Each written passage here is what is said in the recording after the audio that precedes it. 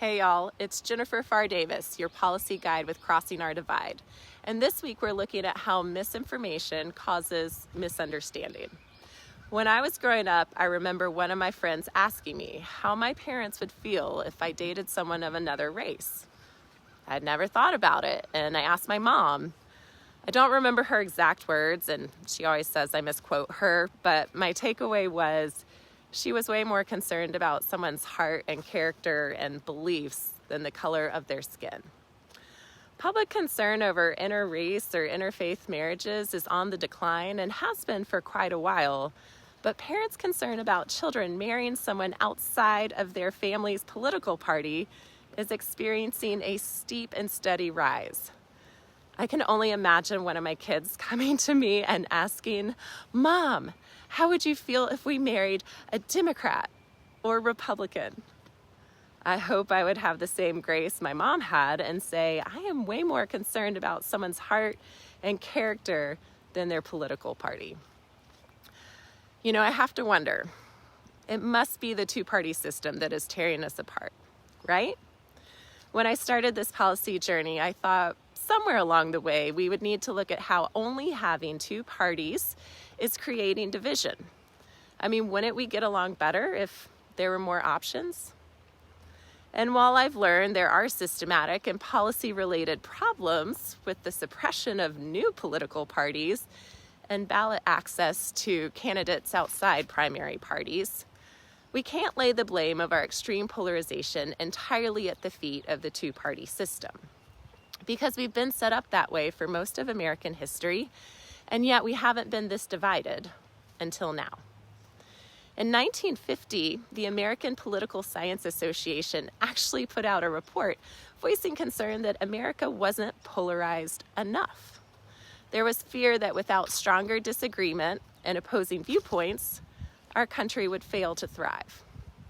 If you play sports or follow it in any way, you know that having a strong opponent or rival is often what brings out your best capabilities. It pains me to say this, but deep down, yes, even Duke is good for Carolina. Politically and socially, a competing viewpoint can be just as healthy. It can expand our perspective and create empathy for people who are different from us. But we've gone way past that point and are in a realm where now we're not willing to engage with our opponents. We just cancel them as rivals, and any game of discourse we might engage in never takes place. Misinformation in the news, proliferated by social media bots and shared within our social networks, is a huge reason why we feel mistrust towards one party or the other. And our misunderstanding of other people and the other political party has caused a cultural divorce between Republicans and Democrats, between rural and urban residents, between white and non-white voters, and between Christians and basically everyone else.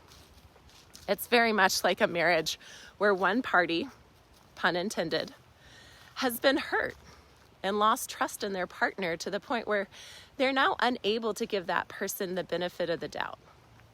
The bad behavior from the top down and from the bottom up has caused a great deal of pain for people across the country. The only thing we're doing together right now is co-parenting really poorly. I mean, America is in need of some serious relationship counseling. And I'm not sure if this is good news or bad, but somewhere along this journey, I learned that we're really not as divided as we feel. Our greatest polarization isn't over the issues, it's over a perceived threat and opposition to the other party. Different social and political scientists refer to this as affective or social polarization, or political sectarianism, or straight up tribalism. In other words, even when we are not that far apart on issues, it is still almost impossible to get things done because we just don't like each other. The changes within campaign funding, media, and misinformation over the past 20 years, combined with a culture that allows us to be remote and engaged with screens more than people, has caused us to lose our faith in humanity, prevented us from giving people the benefit of the doubt, and created barriers for connection. So if you believe that the 45 to 50% of the country who votes differently from you might also include people who love their neighbors, want to care for their children, and also want the best for this country, then stay tuned. Join our journey, share this post, make a contribution, because together we're going to look at the people doing good work in this field, we're going to find solutions, and we are going to try really hard to cross our divide.